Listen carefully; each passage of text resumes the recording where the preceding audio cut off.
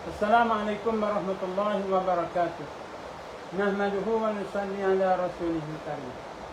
Tuan-tuan yang mulia, tajuk malam ini ialah latihan berfikir. Cara untuk kita berfikir supaya kita jadi tenang berada di dalam dunia ini. Sebelum pada itu, saya nak cerita bagaimana sepupu saya ni, dia kerja bomba dan dia dihantar ke Sumatera untuk memadam kebakaran dalam 10 tahun lepas. Dia di situ ada kebakaran tanah gambut. Jadi orang kampung ni orang yang miskin. Mereka tidak ada nasi.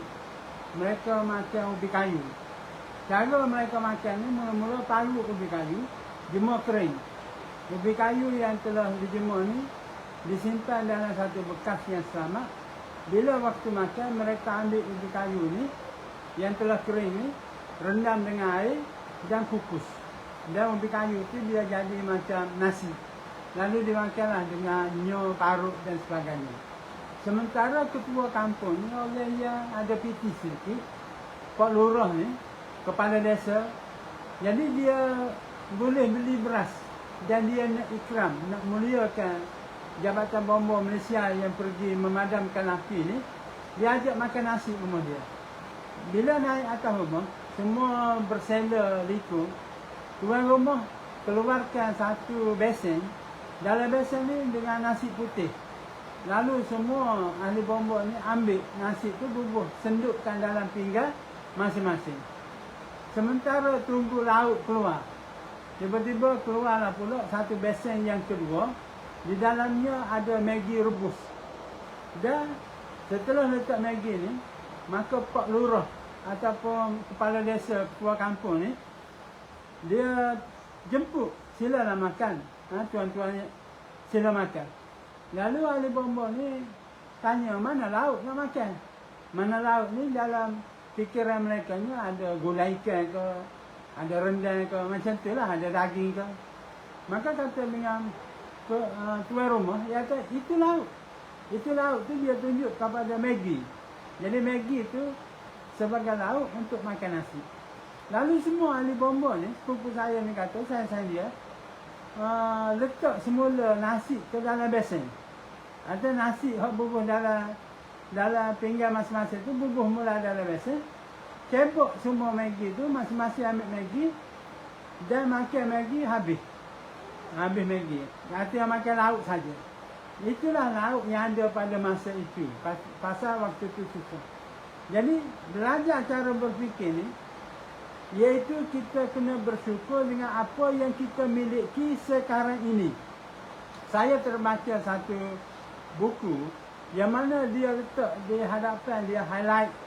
Dia kata apa? Ketika aku merungut-rungut kerana hilang sebelah kasutku, tiba-tiba aku terhenti daripada merungut di saat aku melihat seorang pengemis sedang memuji Tuhan ketika ia hilang sebelah kaki. Jadi ceritanya, dia pergi ke masjid lah, kita kata.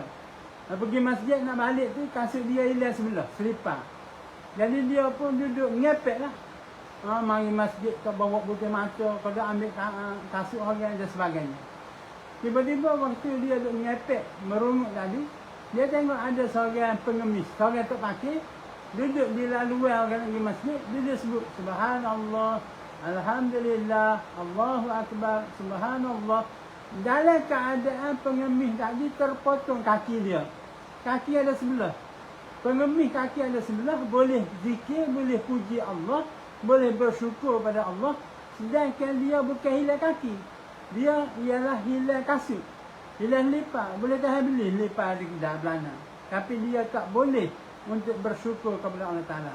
Jadi di sini nilai bersyukur ni, kita ingat diri kita lebih baik pada orang lain. Selalu memandang ke bawah. Contoh, kalau kita pakai kereta, maka tengok, orang lain pakai motor. Kalau kita pakai motor, bersyukur sebab orang lain naik basikal. Kalau kita naik basikal, Alhamdulillah, dia tu jalan kaki.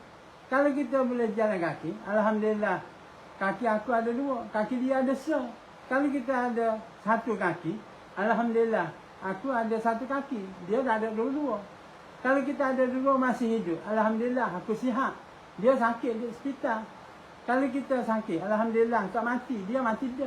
Jadi barulah kita sentiasa rasa syukur terhadap nikmat Allah Taala. Kalau kita duduk tengok ke atas, kita ada kereta Proton, oh nak Mercedes, tengok orang Mercedes. Kalau kita ada Mercedes, tengok orang ada Lamborghini, ada orang Rolls Royce. Kalau kita ada Rolls Royce pula, ada lagi orang lain pakai jet peribadi, kapal terbang. Orang kaya lah ni nak naik ke langit, nak ada roket pula. Jadi tidak akan habis cita-cita manusia. Cita-cita tak salah, kita boleh tanamkan cita-cita. Cita-cita kita bukan sekadar nak kaya, nak besar, nak hebat. Nak syurga, bukan dunia lagi. Artinya tak salah kalau kata nak syurga. Nak cita-cita aku masuk syurga. Betul, hatulah yang terbaiknya. Syurga pula, dia ada tingkatan. Hak tinggi, hak rendah. Hak tinggi, Jannatul Firdaus. Nak syurga hak tinggi sekali. Salah ke tidak? Tidak. Itulah yang diajar oleh Nabi. Tapi ketika kita berfikir, kita kena berfikir untuk bersyukur dengan apa yang ada. Tapi bila bercita-cita setinggi langit, bila kita berfikir, hendaklah kita jadi orang yang tawaduk kepada Allah Ta'ala. Sekianlah saja. Wassalamualaikum warahmatullahi wabarakatuh.